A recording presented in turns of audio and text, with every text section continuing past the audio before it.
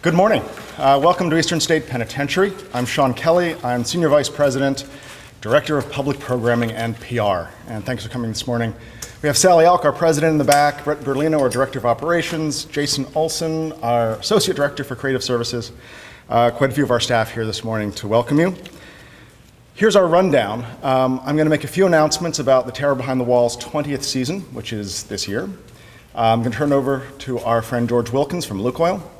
He's going to make some announcements about our sponsors for 2011, and then Nancy DeLucia from the Greater Philadelphia Cultural Alliance is going to say a few words about the impact of cultural attractions on the region's economy in general, and also some announcements about the economic impact of our event, of Terror Behind the Walls, on the region. And then in the very end, we're going to reveal the new branding for Terror Behind the Walls 2011 for the 20th season, which we're very proud of. So, first of all, if you have a cell phone, turn it off, please. If you're wearing a walkie-talkie on our staff, you might turn that off, please, too. So Terror Behind the Walls launched in 1991. It wasn't even called Terror Behind the Walls back then. It was just called the Haunted Cell Blocks at Eastern State Penitentiary.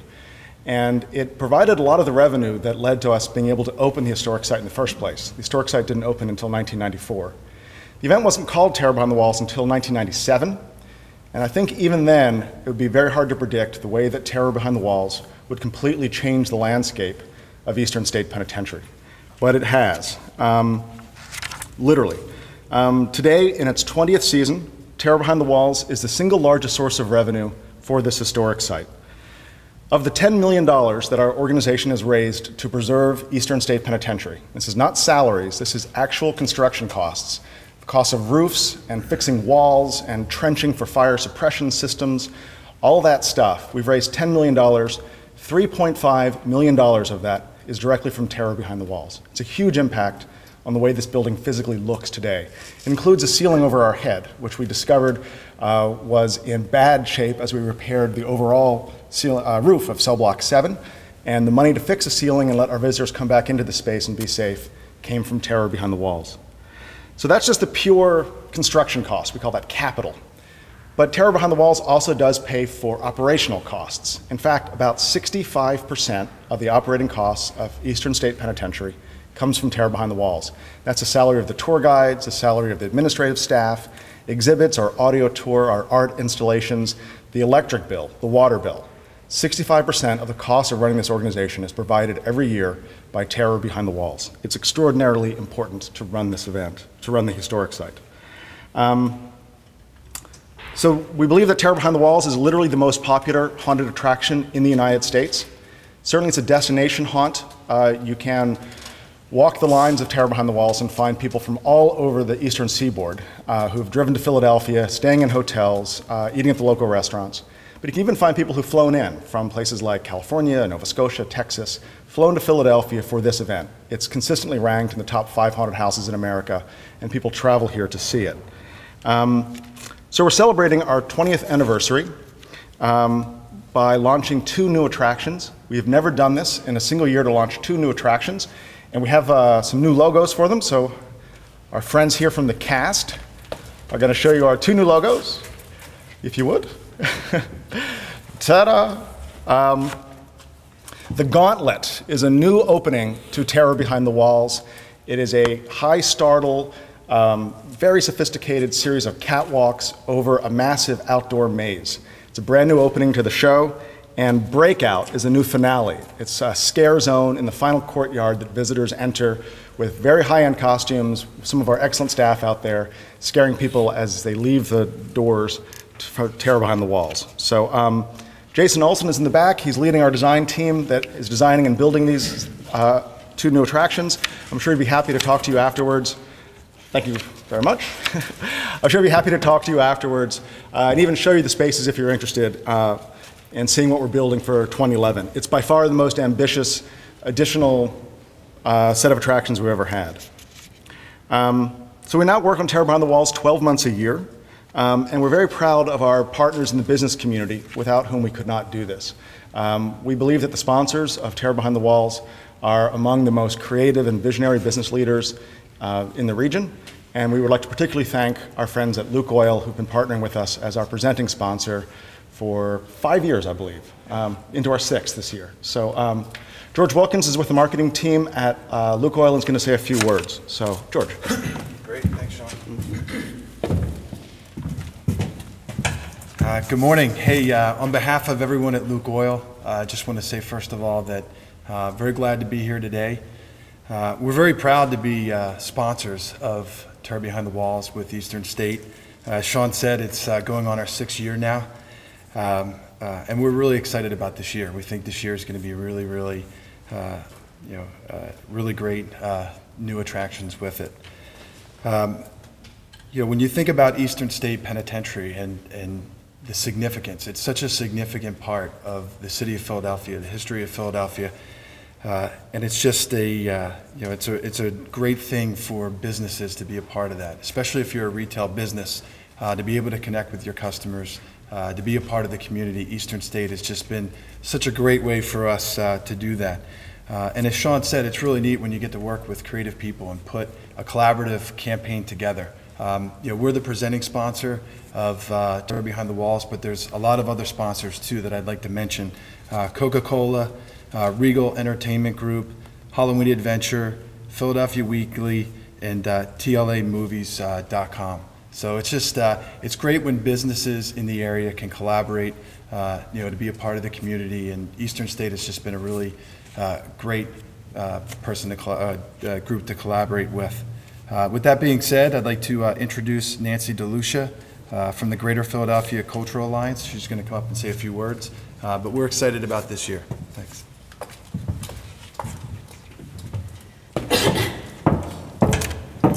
Hi. As George told you, my name is Nancy DeLucia. I'm with the Greater Philadelphia Cultural Alliance, and I'm delighted to be here today. Eastern State Penitentiary is one of over 400 members of the Cultural Alliance and one of the great jewels of our historical sites in the Philadelphia region. It's great to be here to celebrate their 20th annual Terror Behind the Walls, and how great to talk about something that we all love that's related to Halloween. I mean, it's such a wonderful holiday, and everybody, families, kids, adults, everyone can get behind Halloween. Eastern State is part of a sector that generates over $1 billion annually in direct and indirect expenditures. The arts, cultural, and heritage sector in our region employs more than 40,000 people. It creates 40,000 jobs in our region, and it returns $160 million in taxes at the local and state level. That's $74 million locally to local governments, including the city of Philadelphia, and $84 million to the state of Pennsylvania. Every year, our region's nonprofits, all the arts and cultural and heritage organizations in this region, have 17 million people walk through those doors. And an interesting fact is that 35% of that group, almost 7 million people, come to historical sites like Eastern State. So a lot of people get their exposure to culture by coming to places like this. The 17 million people who walk through the door we found in our research, spend almost $40 per person on their cultural outings. So they spend that money. They spend $250 million when they come from out of state. When they come to this region, they spend $250 million in lodging. They spend $250 million eating, I'm sorry. And they spend $184 million staying in hotels and bed and breakfasts and things like that. They also spend money on parking, on babysitters, on shopping while they're out. The arts, culture, and heritage sector brings thousands of people into our region, but we're particularly proud of the fact that 83% of the people who live in our region attend some cultural event every year. That's a really high number. 83% of the people who live in the region come to Eastern State or other cultural and historical places. Eastern State Penitentiary is a great example of the nonprofit cultural sector having an impact on local economies. Of the total expenditures from Eastern State's operations alone are just shy of $15 million, and they bring, this was a surprising number to me, and I think it's great, they bring 235,000 visitors through their doors every year. It's a lot of people. These expenditures, when I talk about the impacts in the sector, the expenditures that Eastern State, the direct and indirect expenditures, bring $263,000 in local government revenues to Philadelphia, and $650,000 to the state. And they generate, the Eastern State Penitentiary generates 342 jobs in this region. Additionally, Eastern State is increasingly recognized as one of our nation's cultural treasures. It's been featured on the National Geographic Channel, the History Channel, the Travel Channel, and they've had stories run in the Washington Post, the New York Times, and USA Today. And that's all the coverage just in the past year. So Eastern State is thriving, terror is thriving, and terror behind the walls is having a substantial economic impact on this neighborhood, on the city of Philadelphia, and on our region. On behalf of the Cultural Alliance, I really want to congratulate Eastern State Penitentiary on 20 years of Halloween entertainment and fundraising. I look forward to, and this might sound funny, but I'm looking forward to terror and looking forward to another 20 years of terror behind the walls. The great tours and the exhibitions and the preservation projects that Terror Behind the Walls makes possible in this great facility. So thank you for coming out today, and thanks for having me. That's great. Well, thank you, Nancy. That's great. I should say that Nancy just gave a bunch of really interesting statistics. Ellen Feist and Nicole Fox from our extraordinarily talented marketing team are in the back, and they have all of those stats in writing.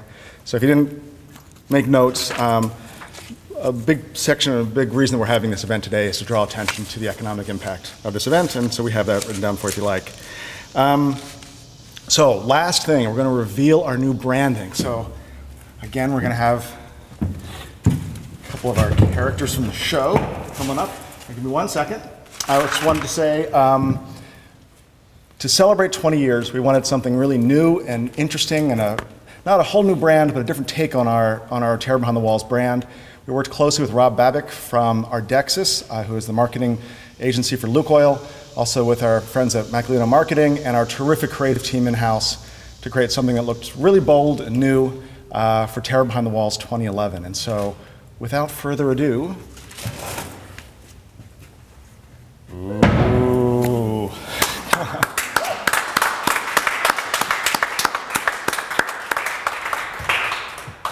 You will see these at Lukoil stations, on all of our printed materials on our website. One of our signature characters from the show, and a bold new look for 2011. Does anyone have any questions now? Certainly, I'm happy, and various other members of our staff is happy to talk to you afterwards. Any questions for the whole group? Thank you so much for coming. Happy Halloween.